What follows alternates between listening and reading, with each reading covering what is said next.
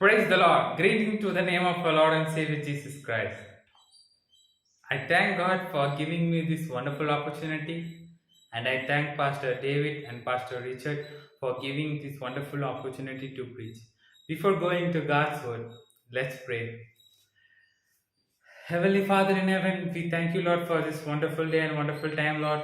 Lord, as we going to meditate your word, Lord, speak to us, Lord, guide us, Lord, open our eyes, Lord. Lead according to your will, Lord. We ask in Jesus' name. Amen.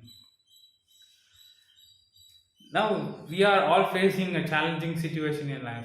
Everyone facing the pandemic condition.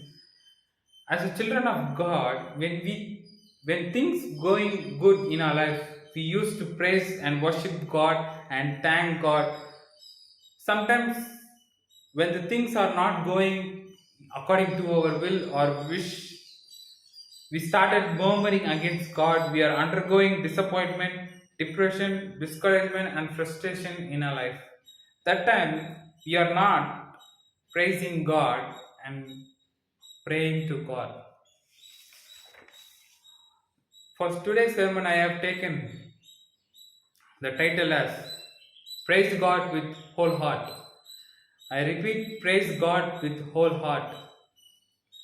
The scripture taken from Psalms 138, verse 1 to 8. I will praise you, Lord, with all my heart. Before the gods, I will sing your praise. I will bow down toward your holy temple and will praise your name for your unfailing love and your faithfulness. For you have exalted your Solomon decay, that is suppresses your fame. When I called it, you answered me.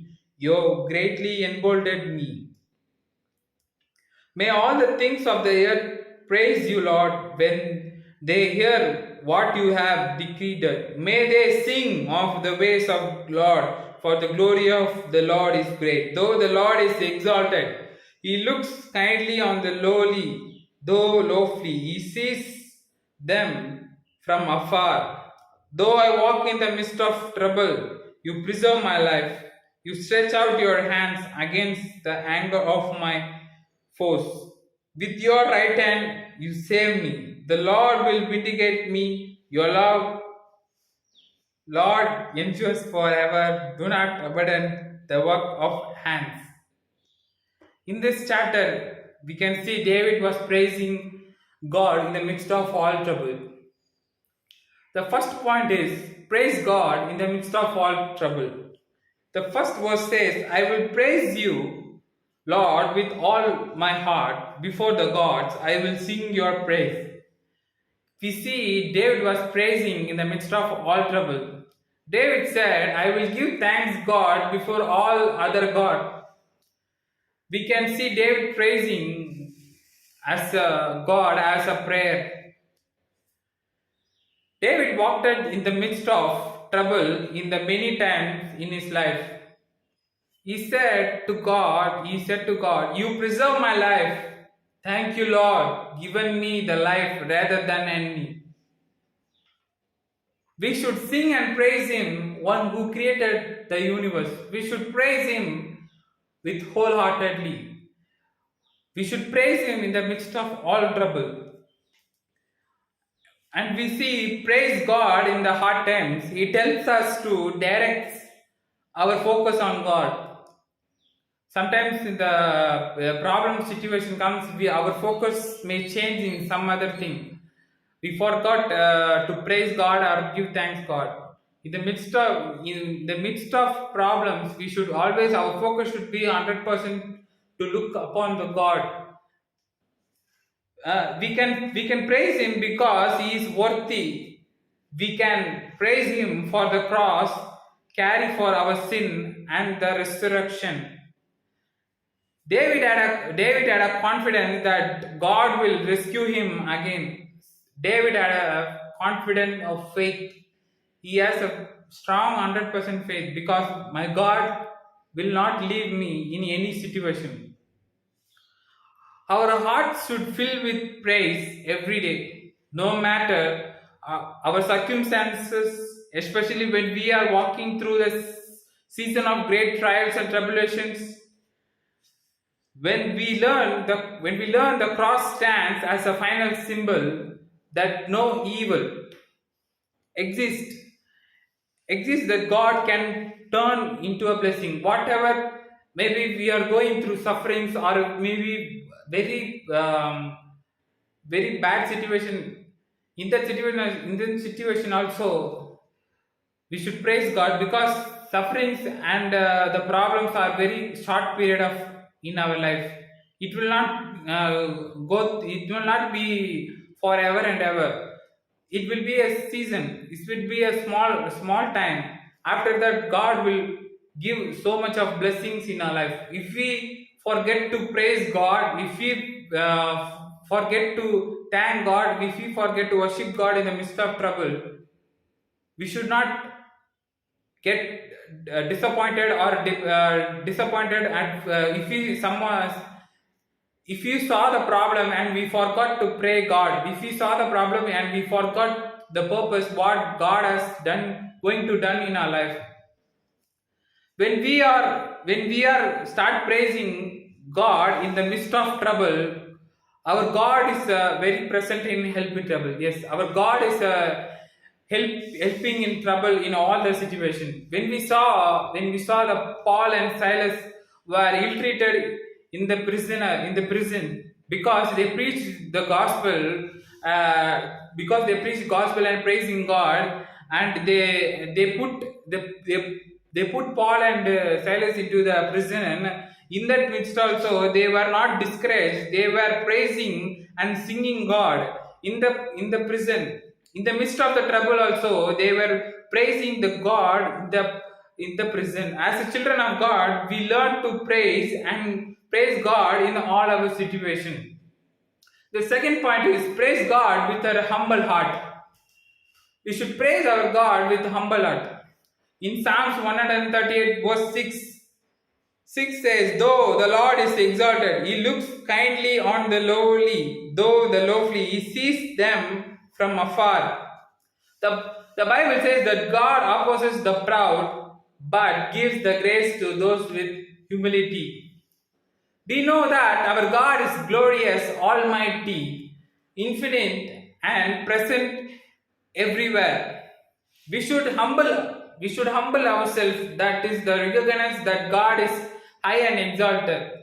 We should humble ourselves when we go to church, when we are praying, when we are doing any things in our life. We should humble ourselves because God is watching us. If you think if you think I am a proud. If you think God has given me this government job, or God, I have a car. If you took that as a proud in your life,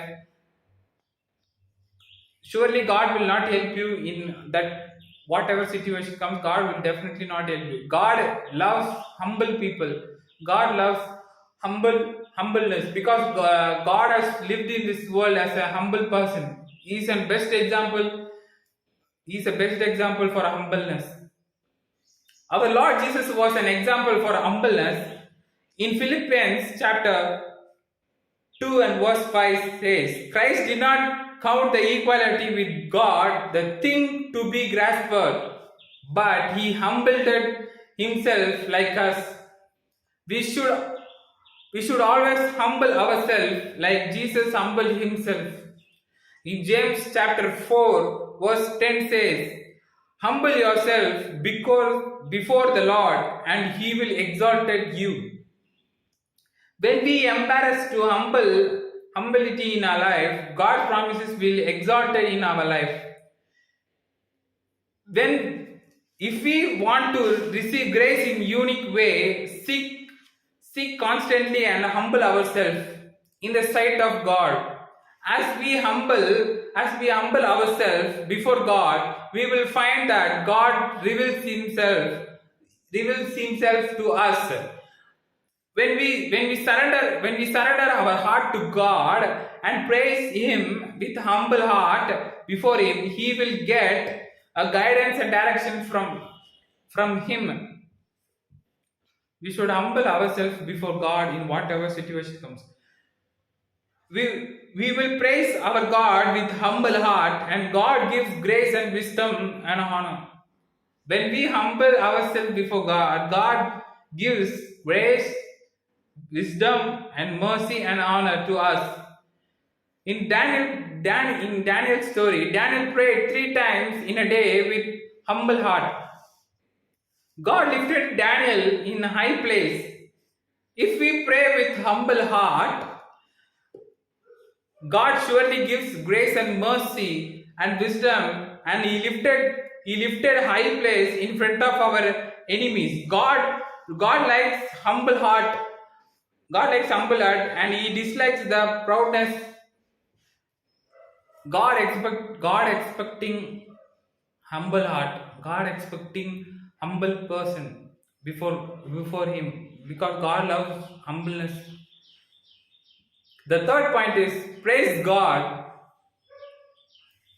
Praise God, the one who do everything for us. Our God can do everything for us. Sometimes we think our friend can do everything, our relative can do everything, because my friend is a rich man, my relative are my relative politician, and my relatives are rich.